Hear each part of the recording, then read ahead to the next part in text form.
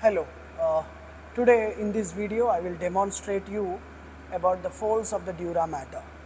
The dura mater is folded upon itself to minimize the rotatory displacement of the brain, and not only that, that also subdivides the cranial cavity into infratentorial and supratentorial region. Now to make that, I have made incisions of the dura mater and I have reflected. Of course, I have removed the brain tissue. Yes, I have made the incision and I have reflected the dura mater into 4 slips. Now here, the first one is this one.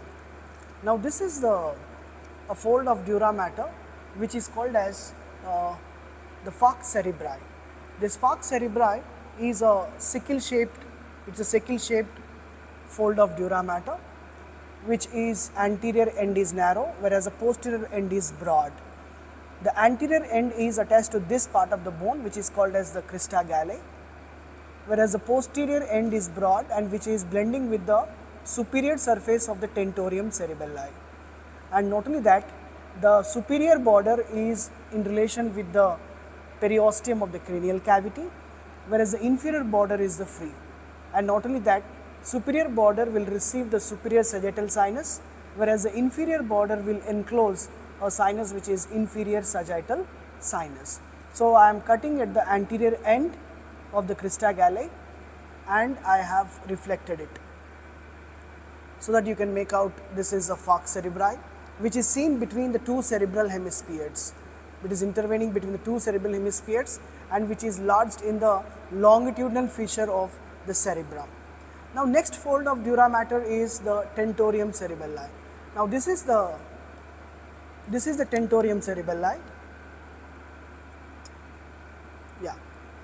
Now this tentorium cerebelli, it forms the roof of the posterior cranial fossa, and it has got a free concave anterior border and it has got a posterior attached border. Now to make the incision along the attached border, I have made incision along the petrous part of temporal bone. This is the anterior attachment of petrous part of temporal bone. So I have made an incision and have reflected this tentorium cerebelli. Now once the tentorium cerebelli is reflected, now this is the posterior cranial fossa, and of course this is the foramen magnum. And along this attached border along the petrous part of temporal bone, it encloses a sinus which is called as superior petrosal sinus, and along the posterior aspect it also encloses one more sinus which is called as the transverse sinus. So I have reflected tentorium cerebelli.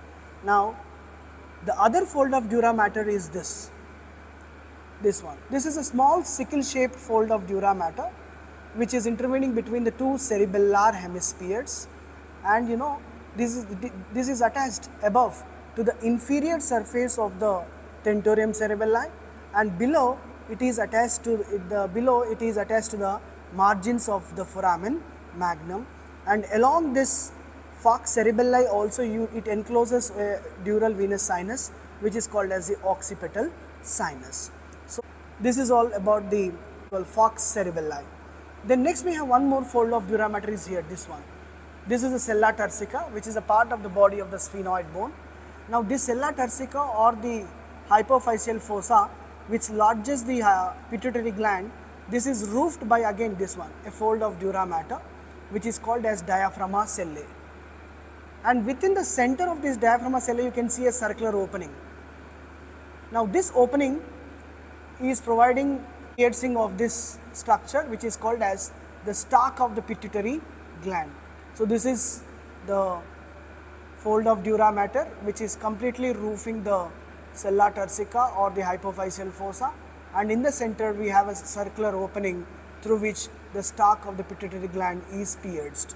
So these are all the 4 folds of dura mater, falx cerebri. This one is the tentorium cerebelli. This is the falx cerebelli, and this is diaphragma sellae.